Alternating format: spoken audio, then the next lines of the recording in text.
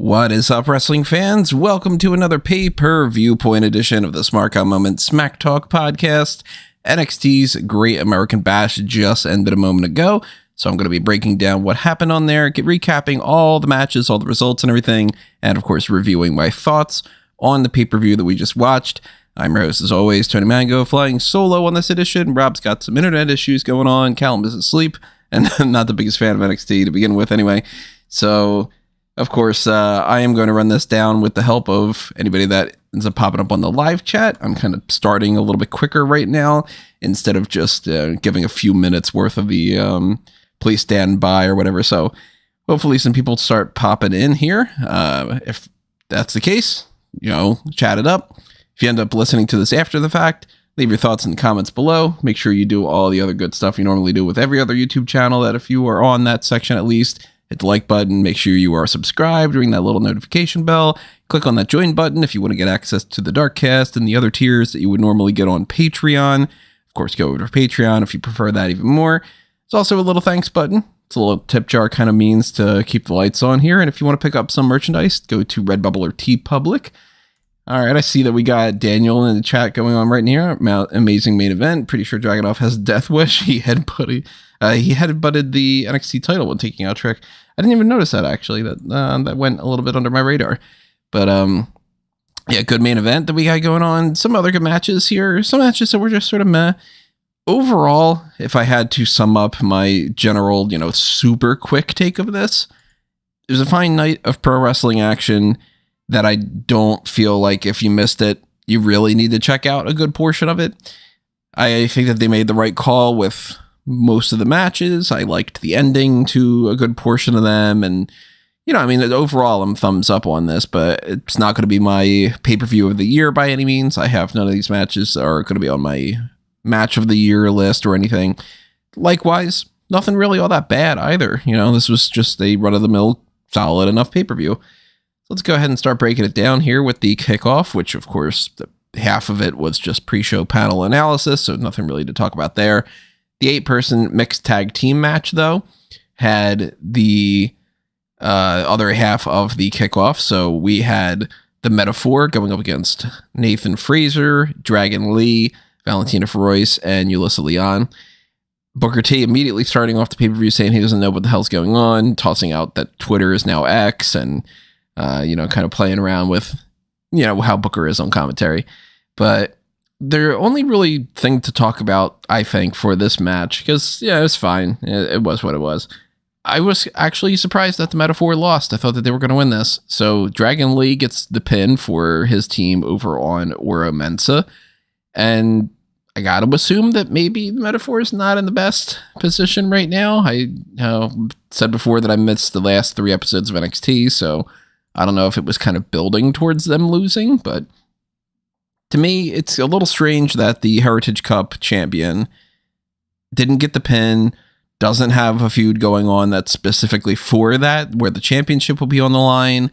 They're doing the fake Heritage Cup thing with Noam Dar, so I guess they're going to continue that. Maybe they're going to that's going to be the end of it, and this was just kind of, to put a button on that and have Ora Mensa lose again. Maybe he's going to get kicked out of Metaphor. I don't know how they're really going to play this up, if there's going to be anything that follows it, or if this is just a means to get 8 people on the card. But I thought that it was just sort of meh. The actual first match of the card beyond the kickoff was the tag team title match, which had some good moments in here. Starting off the little recap thing, I was calling attention to their parody music of The Usual Suspects. Usual Suspects, one of my favorite movies. If you have not seen it, definitely watch The Usual Suspects. I recommend that to everybody. And the whole setup with, I've said before, Gallus is not my favorite tag team champions in NXT tag team title history, because I think that this is pretty boring title run.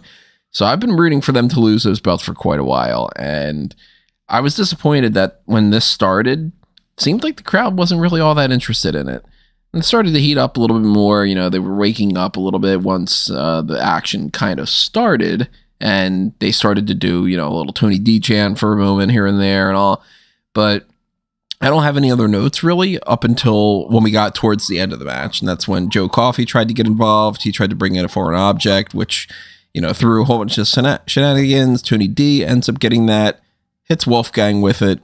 They end up having a double team moment, and we've got new tag team champions, which I think, of course, is the right call. I think that these two are much more dynamic. I think that they are more interesting to carry the titles going forward. Totally tired of Gallus, and I think that they probably would have been better off if they would have moved a different match to this part of the show, though, and maybe used this as the bathroom break, even though that's got a title change. And I understand that maybe they wanted to kick it off with a title change to really kind of get the crowd all hyped. But I think I probably would have potentially put maybe the Gable Steveson match first or something. But, knowing the end of that match, never mind. I wouldn't have done that. Maybe the triple threat match or something. I don't know. I see Christopher Myers in the chat. What's up, Chris? I didn't know this event was happening until I saw a video on TikTok 7 minutes ago. What was the video? What was the thing that reminded you of that? I'm not surprised, though. Great American Bash falls under, obviously the NXT banner, so that's not something that people pay the most attention to, and it didn't seem like there was a whole lot of buzz going into this either, so it's not like this is the most bombastic thing. And we got SummerSlam next week. It's hard to remember sometimes when they end up not doing that on the same weekend and all. Remember, by the way, SummerSlam's next week, just in case. That's next Saturday. So following that up was the Weapons Wild match. And I thought that it started off pretty interesting with Roxanne doing her entrance, and she's, shaking hands with people, and she's got her little sister there and her mom. So she's, kind of posing with them. And then eventually Davenport, dressed in, hood and everything, she's in the crowd and she starts attacking her. I like that. That's a good way to start. They beat each other up a little bit with some trash cans and some steel chairs, and they also had a whole spot with a branding iron. Now, normally, you would assume, if I said a branding iron was brought out, that means that somebody was branded with the hot iron. Well, they ended up just not even pretending that was hot. Instead, Davenport used that as just another thing for her to whack Roxanne with. Primarily with the whole setup, how they've done in the past where somebody gets the trash can put on top of their head and then they get hit with like a kendo stick. She was hitting her with the branding iron. Now, sorry, I still have a little bit of COVID symptoms going on. That was pretty dangerous, I think, because that could very easily tear through those thin little trash cans. And thankfully, it didn't seem like that was the case. Plenty moments throughout this night that were almost injury moments, and it doesn't seem like anybody got injured, so that's, of course, what we were always hoping for. But they had a good little spot here with Blair Davenport intimidating Roxanne's little sister, and then Roxanne getting fired up from that, whipping her with a belt, and crowd goes nuts for the table, of course. We got a whole spot there with Perez splashing Davenport through there. There was the finish of Pop Rocks onto the chairs, which I thought was good. And this was a fun match. At this point, definitely the highlight of the night, at least as far as the previous two matches were concerned, even though I like that they did the title change. But this was good. Thumbs up on that one. I think the right person won. I think that they did the match in a way that made a lot of sense. I'm down for still what we were talking about before. I think Roxanne could just move up to the main roster and just be done with NXT, but I'm not getting any kind of a feeling that that's exactly where they're going, so might have to hold off on that for a little bit. Next match after that was Gable Stevenson's debut against Baron Corbin. He did a pretty decent job. There, of course, are some things he could be working on. He's not immediately the best wrestler of all time, but that's perfectly okay. The guy's 23 years old. He's got plenty of time to figure this out. And he did a pretty decent job all the way through the match up until the point that they end up having a draw. They both get counted out. They continue to fight. Corbin gets sent through the security barricade right around like the ring bell area with Alicia Taylor and all. And the crowd, of course, not digging it. They're chanting bullshit. And it seemed, at least from what I could hear, at least from my perspective of what I can hear, maybe I'm even hearing it wrong, mishearing this, it seemed like the crowd continued to boo even after Steveson won the brawl. Like, he's continuing to fight with Baron Corbin, and then it ends up being that, he gets the upper hand and he's standing tall. Instead of cheering for him having the highlight over Corbin. Seems like they were just still booing. Probably because they wanted an actual ending of the match. I don't blame them for that, but I also kind of understand why WWE did this the way that they did. They're going to try to milk this for quite a bit longer, so it's not my favorite. I tend not to like when they have these non-finishes on pay-per-views because I feel like pay-per-views should be where things end, or when, you know, the second thing that happens in like a 3-step feud or something along those lines. I want the story to move forward. I don't like feeling like things are just pretty pointless, or that that's just to get you to watch the TV show or to get you to just watch the next pay-per-view. I don't really like that.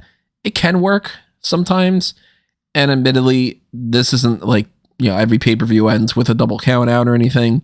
But since we have so many disqualifications and we have so many interferences leading to people winning all the time on Raw and SmackDown and such, I think more of the definitive wins, like when AEW tends to do them, I think that they mean a little bit more. Of course, AEW has its own flaws when it comes to that too. Sometimes that's just doesn't matter who wins, and you're not telling a story here. So you need a healthy balance of this. They're telling a story. They're keeping this feud going.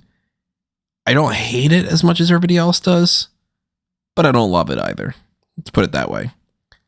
At least when it comes to Gable Steveson, he did a good enough job that makes me go, fine, all right, you know, I'll continue to see this guy going forward, rather than for him to completely botch everything and be like, yeah, you invested in somebody who's worthless.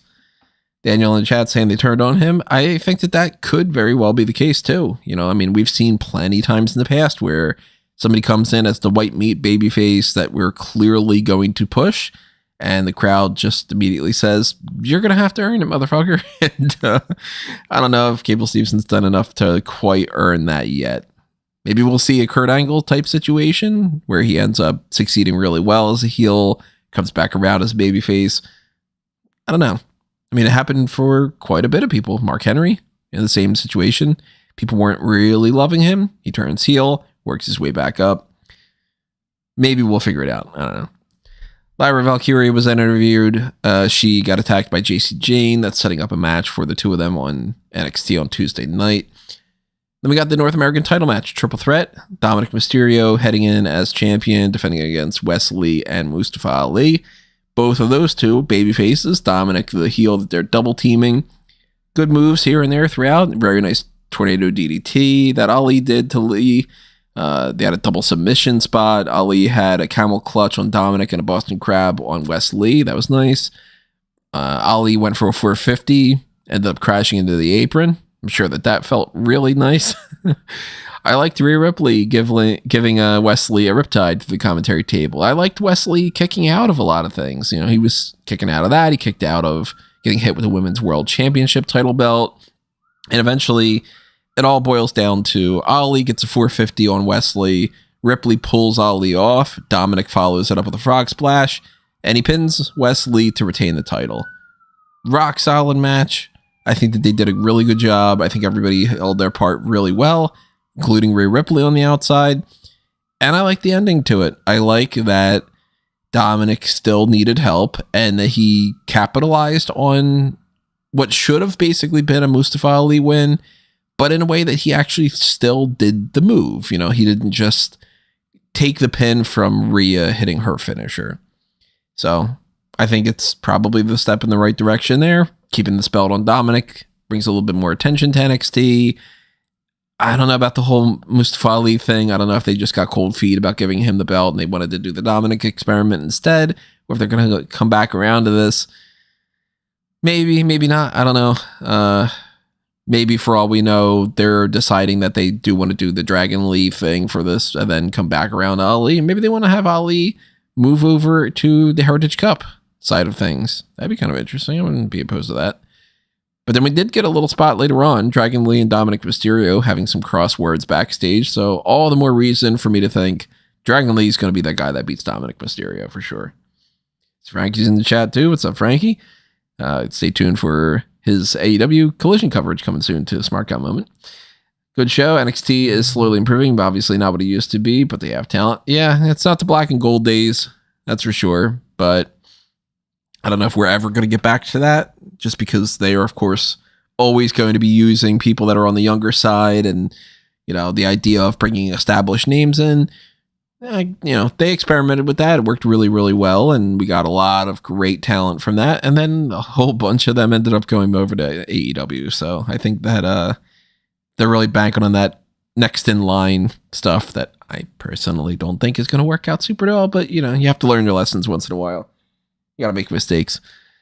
Speaking of making mistakes and learning some lessons, the submission match for the NXT Women's Championship was something that had a couple scary spots in it where, some people almost landed on their heads and everything. Stratton, for instance, she came very close to just getting some sort of a neck injury from that. I still like the match, though. I really like Thea Hale's enthusiasm. I've said that before. I think that she's actually improving really, really well, too. Not just in the enthusiasm, fun character side, but I think that she had a really solid performance tonight. And Tiffany Stratton, she's got plenty of stuff that she still has to work on too.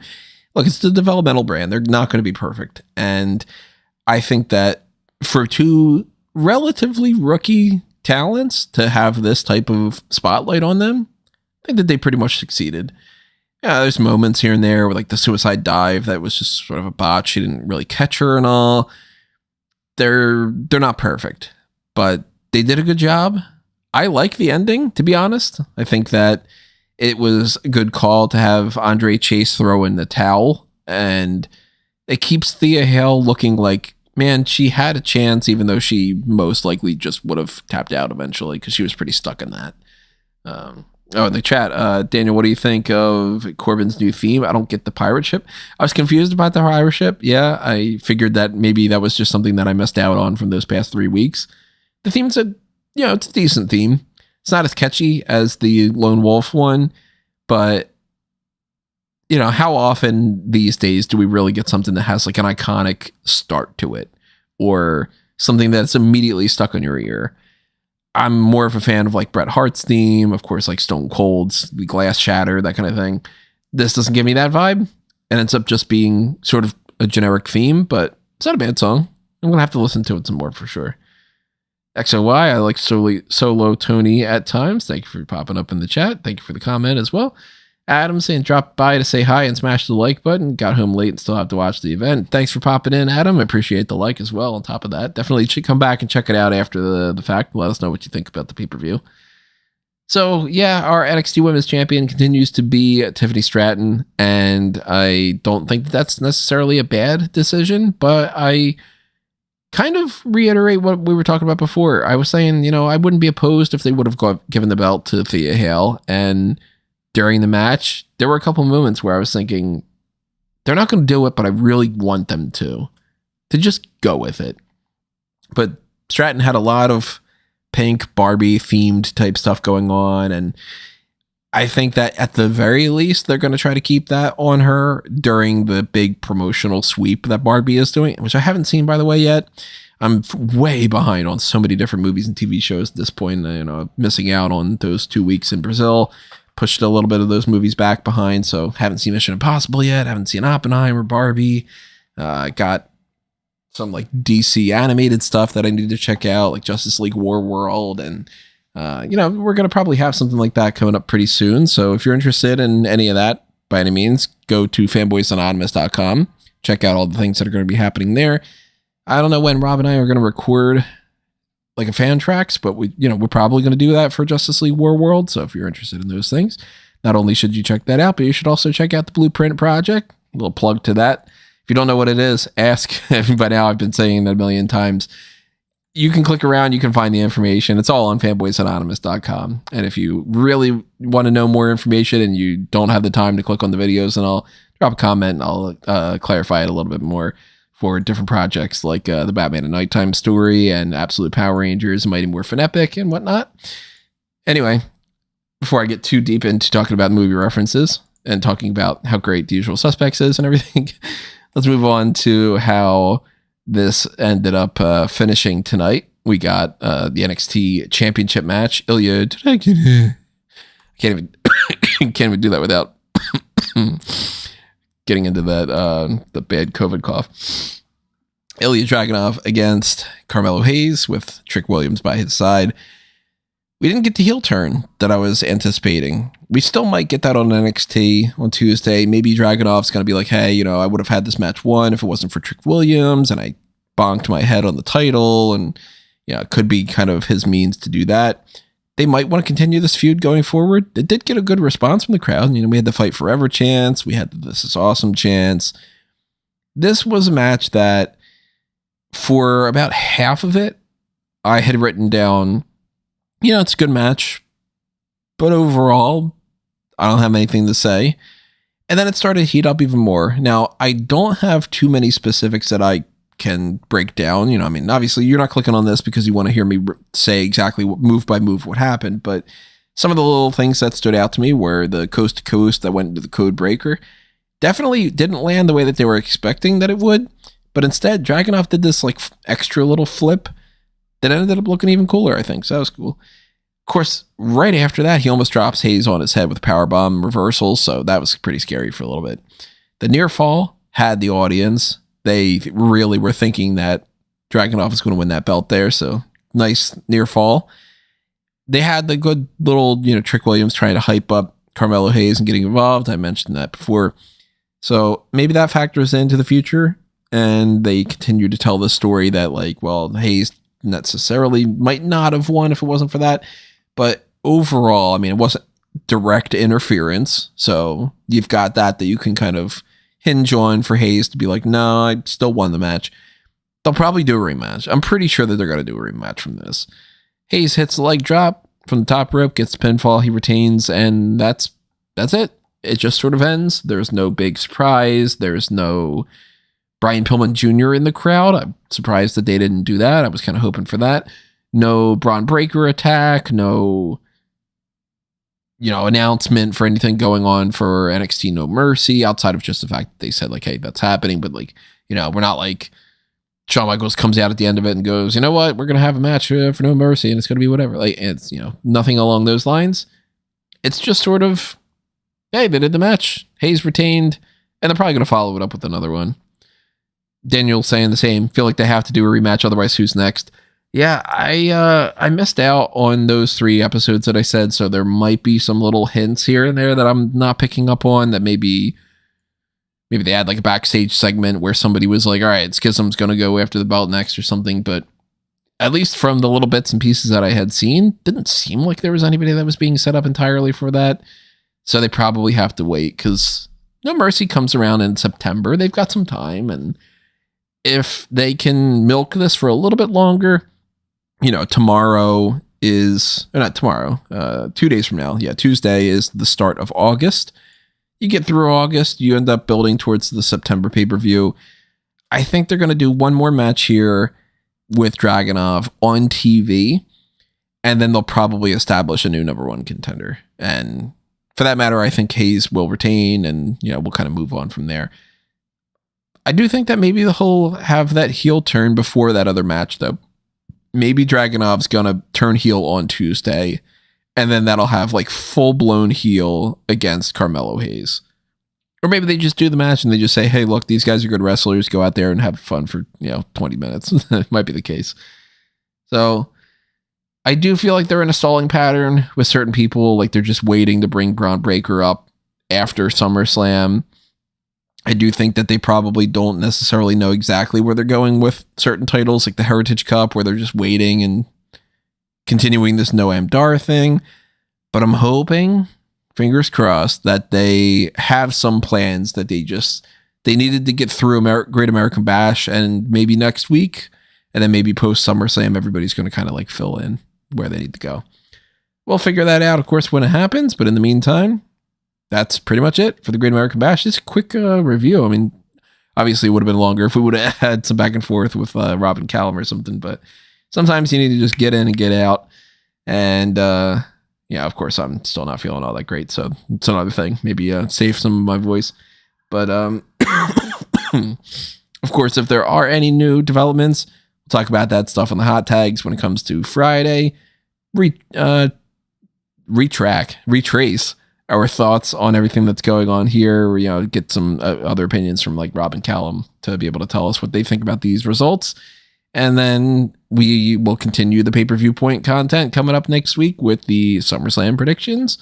And look at that. We got SummerSlam coming up on Saturday night. So another post show immediately following that. Make sure you have your email alert set up and you've got your subscription and everything on YouTube. So that way it's a smooth sailing situation where you could just kind of hop on here, chat it up in the live chat, and continue on with the next episode of the Smark Moment Smack Talk podcast. But thank you for the live chat.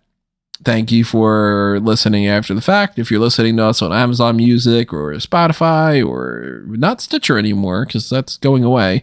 But if you are on Stitcher, by the way, that's like your go-to thing. They're switching that all over. They're getting rid of it. They're merging it with other things. I don't know exactly what's going on, but you know, pop on over to Apple Podcasts or Google Podcasts. There's so many different methods for you to listen to this. My preference is honestly for everybody to be on YouTube, but you might not be the biggest fan of that. Maybe you want to check us out on something like TuneIn. If you do, in any capacity, thank you for listening to this. Always greatly appreciate that. Thank you for the comments. For anybody who leaves that, thank you for your support for the likes and so on and so forth. And adios for now. This has been another Smark Out moment, and I'm being counted out.